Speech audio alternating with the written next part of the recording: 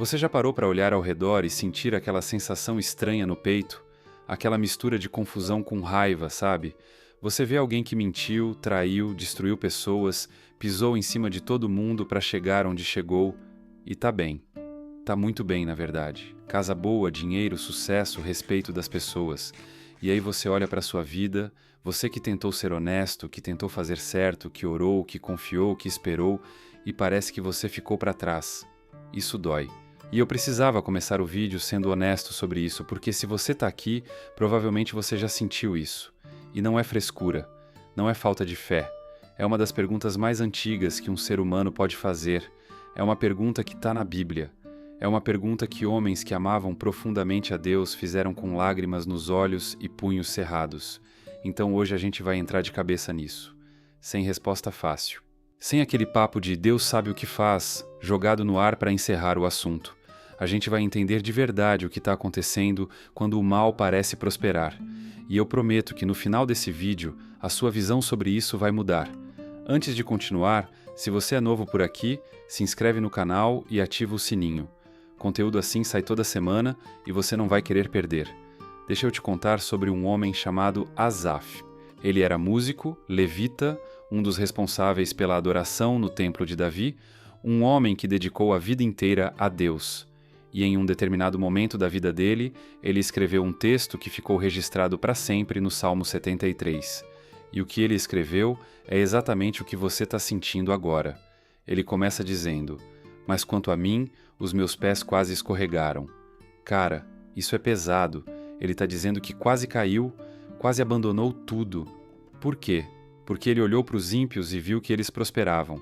Ele descreve eles com detalhes, sem dores, corpo forte, sem os trabalhos dos homens comuns, soberba como colar no pescoço, violência como roupa que vestem, e ele conclui: "Eis que estes são ímpios e sempre prósperos, aumentam em riquezas."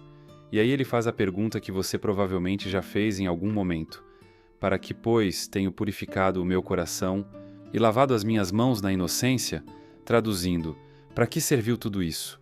Para que foi viver direito? Para que foi orar? Para que foi ser honesto? Os outros mentem e ganham. Os outros traem e prosperam. Os outros pisam em cima e sobem. Isso não faz sentido. E Asaf, um homem de Deus, um adorador, um servo, quase desistiu por causa disso. Isso me diz uma coisa muito importante.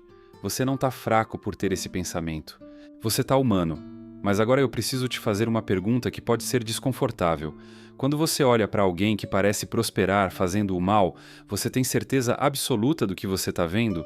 Ou você está vendo um recorte, um snapshot, um momento congelado no tempo de uma história que ainda não acabou?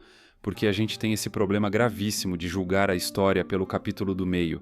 A gente vê alguém no auge e acha que aquilo é o destino final.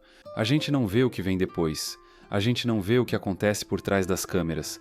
A gente não vê o preço que aquela pessoa está pagando de formas que não aparecem em foto. Tem um princípio que eu quero que você grave. Prosperidade visível não é igual à paz real. Você já conviveu de perto com alguém que parecia ter tudo? Dinheiro, status, relacionamentos, reconhecimento? E quando você chegou perto de verdade, quando você viu de dentro, percebeu que aquela pessoa era uma das mais vazias, mais ansiosas, mais solitárias que você já conheceu? Isso não é coincidência, isso é consequência, porque existe uma diferença enorme entre ter muito e estar bem. E o mundo vende a imagem do ter muito como se fosse a prova de que a pessoa está bem. Mas não é, nunca foi. Agora vou falar algo que talvez você não tenha considerado ainda. A prosperidade dos ímpios muitas vezes é permitida por Deus com um propósito que vai além do que a gente consegue enxergar no momento. Lembra do faraó no Egito? Aquele homem era cruel. Escravizou um povo inteiro, mandou matar crianças. Era, por qualquer definição, uma pessoa terrível no poder. E Deus disse algo impressionante ao Moisés sobre ele.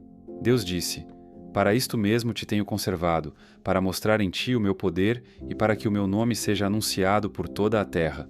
Leu isso? Deus estava usando a existência e até a prosperidade temporária do faraó para um propósito muito maior. Não porque Deus aprovava o que ele fazia, não porque Deus era indiferente ao sofrimento do povo, mas porque Deus opera numa dimensão de tempo e propósito que é completamente diferente da nossa, e o faraó achou que estava ganhando, até o Mar Vermelho abrir. Isso não é um conto de fadas, isso é um padrão que se repete na história humana. O mal parece vencer por um tempo, e esse tempo pode ser longo o suficiente para te fazer duvidar de tudo. Mas o final da história não foi escrito ainda, e Deus não perdeu o controle do roteiro. Tem outro personagem bíblico que eu preciso trazer aqui porque ele é talvez o exemplo mais radical disso tudo: Jó. Jó era descrito pela própria voz de Deus como um homem íntegro, reto, temente a Deus e que se desviava do mal. Não tem elogio maior que esse. E esse homem perdeu tudo: filhos, riqueza, saúde, a consideração das pessoas ao redor. Enquanto isso, pessoas que não tinham metade do caráter de Jó seguiam suas vidas normalmente. E os amigos de Jó chegaram com a teoria mais conveniente e mais covarde do mundo: você deve ter pecado. Algo de errado você fez. Isso está acontecendo porque você merece. Que mentira perigosa essa. Que teologia rasa e cruel. Porque às vezes o justo sofre não por causa do que fez de errado, mas por causa do que ele é de certo. O sofrimento do justo pode ser uma arena onde algo muito maior está sendo demonstrado. Não para punir, não por abandono, mas porque Deus confia naquele servo de uma forma que vai além do que a gente consegue compreender. No final da história de Jó, Deus restaurou tudo, dobrado. Mas antes disso, Deus disse aos amigos de Jó que eles não falaram o que era reto, como Jó havia falado. Os que julgaram e deram respostas fáceis foram repreendidos. E o que sofreu e questionou e gritou e não entendeu nada foi vindicado. Às vezes questionar é mais honesto que fingir que tem resposta. Mas vamos falar agora sobre algo que a gente raramente considera quando olha para a prosperidade alheia: o custo invisível. Sabe quando você olha para alguém que subiu pisando nos outros e pensa: por que isso não tem consequência? Tem. Só que você não vê. Existe algo que acontece no interior de uma pessoa que escolhe repetidamente agir com desonestidade, crueldade, manipulação. Existe um endurecimento progressivo, uma perda gradual da capacidade de sentir conexão real, de confiar em alguém, de ter paz no silêncio. Porque quando você sabe o que você é capaz de fazer com as pessoas, você nunca consegue ter certeza de que ninguém vai fazer o mesmo com você. Você vive em alerta, você dorme com um olho aberto. Você não consegue receber amor de verdade porque no fundo você sabe que não merece, e essa voz não para nunca. Isso não é poesia, isso é psicologia. Isso é o que acontece com pessoas que constroem impérios sobre areia moral, e a Bíblia descreve isso com uma precisão cirúrgica no livro de Provérbios. Há caminho que parece direito ao homem, mas o fim dele são os caminhos da morte. Parece. A palavra é parece. Parece prosperidade. Parece sucesso.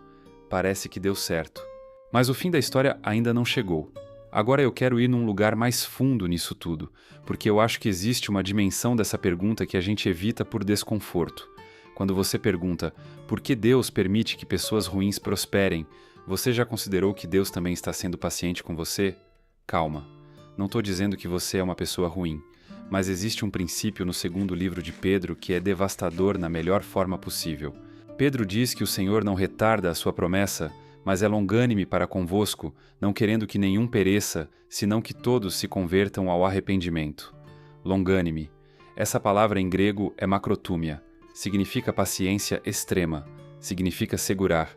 Significa não agir ainda mesmo tendo todo o direito e o poder de agir. Deus é lento para a ira. E essa lentidão, essa paciência que às vezes nos frustra porque parece omissão, é exatamente a mesma paciência que Deus teve com você nos momentos em que você errou, nos momentos em que você não foi a melhor versão de si mesmo, nos momentos em que você feriu alguém, nos momentos em que você tomou decisões que te afastaram dele. Se Deus agisse com julgamento imediato sobre todo o erro humano, nenhum de nós estaria aqui. A paciência de Deus é o que nos dá espaço para crescer, para mudar, para nos arrepender. E essa mesma paciência é estendida a pessoas que você considera más, não porque Deus é ingênuo, não porque Ele não vê, mas porque Ele ainda não fechou o livro de ninguém. Mas existe um ponto que eu preciso trazer porque seria desonesto da minha parte não falar. A justiça de Deus é real. E ela age, às vezes de formas que a gente vê, às vezes de formas que a gente não vê, às vezes em vida, às vezes além dela. Mas age. Voltando ao Salmo 73, depois de toda aquela angústia que Asaf descreveu, depois de quase escorregar, ele diz o seguinte: quando procurei entender isso, foi penoso para mim. até que entrei no santuário de Deus. Então compreendi o fim deles. Ele foi para o santuário. Ele foi na presença de Deus. E lá, na presença de Deus, ele enxergou o que não conseguia enxergar de fora. E o que ele viu? O fim deles, não o presente deles. O fim. Certamente os tens posto em lugares escorregadios, tu os precipitas na destruição. Como são destruídos num momento, são consumidos de terrores. Lugares escorregadios. A prosperidade dos ímpios, vista de dentro da presença de Deus, é um chão escorregadio. O que parece uma posição sólida de fora é, na verdade, o lugar mais instável que existe. Um momento. Tudo pode mudar num momento. Isso não é ameaça. Isso não é desejo de mal. Isso é a realidade da justiça divina operando num tempo que não é o nosso. E agora eu quero falar para você que está nesse lugar de dúvida. Você que olhou para alguém prosperar fazendo o errado e sentiu aquela injustiça queimar por dentro. Você que já pensou, nem que seja por um segundo, se vale a pena continuar sendo honesto, continuar sendo íntegro, continuar acreditando que Deus vê. Eu quero te dizer uma coisa com toda a convicção que eu tenho. Vale a pena.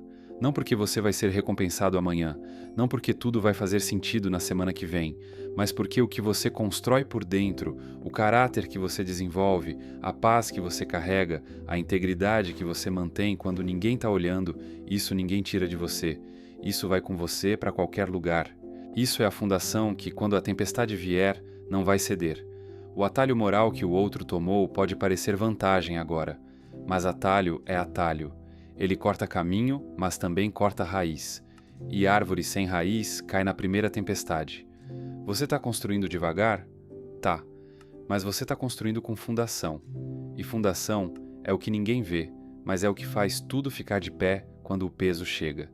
Existe um versículo que mudou minha perspectiva sobre tudo isso, e eu quero terminar com ele. É do livro de Gálatas, capítulo 6, versículo 9. Paulo escreveu: Não nos cansemos de fazer o bem, porque a seu tempo cearemos, se não desfalecermos. A seu tempo, não no nosso tempo, no tempo certo, no tempo que produz o resultado mais completo, mais profundo, mais real, não desfalecermos, não parar, não largar no meio, não trocar a integridade pelo atalho só porque o atalho parece mais rápido, porque a promessa não é para quem começa, é para quem não desfalece. E a pergunta que fica não é por que Deus permite que pessoas ruins prosperem. A pergunta que fica é: você vai continuar sendo quem você é enquanto espera? Você vai continuar construindo enquanto parece que nada está acontecendo? Você vai continuar confiando numa justiça que opera num tempo maior que o seu? Porque se a resposta for sim, você já está à frente, não na aparência, na fundação. E é na fundação que as histórias verdadeiras são decididas. Se esse vídeo fez sentido para você, se tocou em alguma coisa que você estava carregando, compartilha com alguém que precisa ouvir isso. Você não tem ideia de quantas pessoas estão nessa mesma luta em silêncio. E às vezes uma ideia, uma perspectiva diferente é o que a pessoa precisava para não desistir. Se inscreve no canal se você ainda não é inscrito. Aqui a gente não faz conteúdo para encher tempo. A gente faz conteúdo para pensar, para crescer, para não parar. Ativa o sininho também porque o próximo vídeo já está vindo e você vai querer estar aqui quando ele sair. Eu te vejo no próximo. Valeu!